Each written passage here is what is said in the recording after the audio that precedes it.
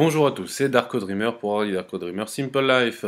Aujourd'hui, on va parler de OpenEmu.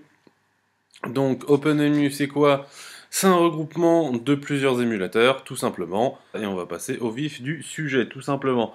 Donc, dans les préférences de l'émulateur, on peut choisir donc les contrôles donc, de chaque émulateur, tout simplement. Donc, pour le Game Boy, on voit qu'on peut enregistrer une Wiimote.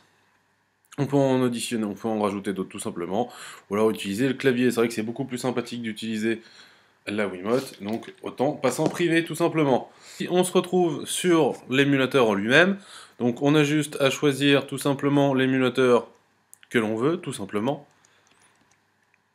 Là, on se retrouve avec la collection de jeux, c'est-à-dire tous les jeux, toutes les ROM que vous avez dans ces petits onglets-là, donc dans chaque émulateur, vous les retrouvez ici.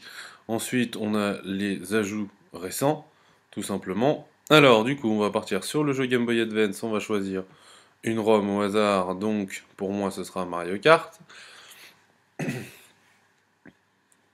Donc, on a juste à double-cliquer dessus, on marque oui pour démarrer, et du coup, on démarre. Moi, j'étais déjà en partie, je joue avec ma Wiimote, et c'est parti.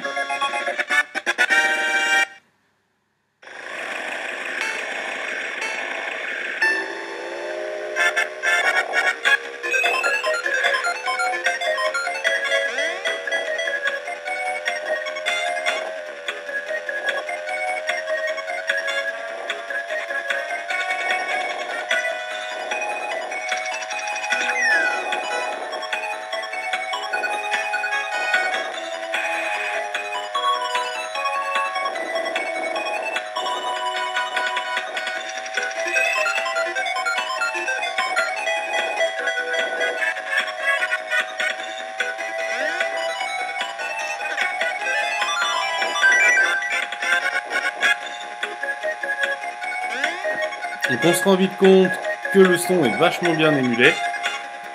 On a le son comme on croirait sur une Game Boy Advance, tout simplement.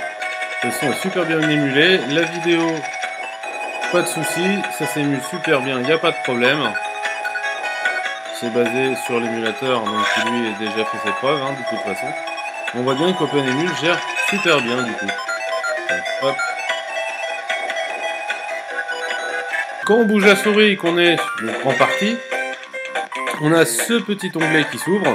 Donc ici c'est pour arrêter du coup l'émulation du jeu. Là on est pour mettre le jeu sur pause. Donc quand on appuie on peut reprendre quand on veut. Là c'est pour redémarrer la ROM. Là c'est pour faire une sauvegarde. Là ce sont les options du jeu, le volume et le passage en écran complet. Donc là du coup hop, on stoppe l'émulation. On se retrouve encore sur le menu. Donc on a différentes possibilités, soit on le prend comme ça, soit on le prend en liste. Mais du coup, c'est vrai que c'est joli, comme ça, c'est joli, mais du coup, quand il n'y a pas la jaquette du jeu, c'est vrai que ça fait pas très très beau. Donc moi, je préfère rester sur ce petit onglet-là, comme ça, ce qui me permet du coup d'avoir une vue d'ensemble de tous mes jeux, tout simplement, et plus rapidement. Hop, en balayant, on y est. Donc là, on peut rajouter donc une nouvelle collection, si on le souhaite, tout simplement. Pour y rajouter, je sais pas moi, on est fan du coup, vu que Pokémon est là, on est fan de Pokémon, on se crée un onglet, on met tous les jeux Pokémon, et quand on a envie de jouer à un jeu Pokémon, on a juste à cliquer dessus, et ça nous démarre automatiquement avec l'émulateur adéquat, de toute façon. Donc là, c'est pour avoir le menu sur le côté, ce qui est beaucoup plus simple, pour moi je trouve. Donc et après, on a juste à switcher et chercher tout simplement sur l'émulateur auquel on veut jouer un jeu.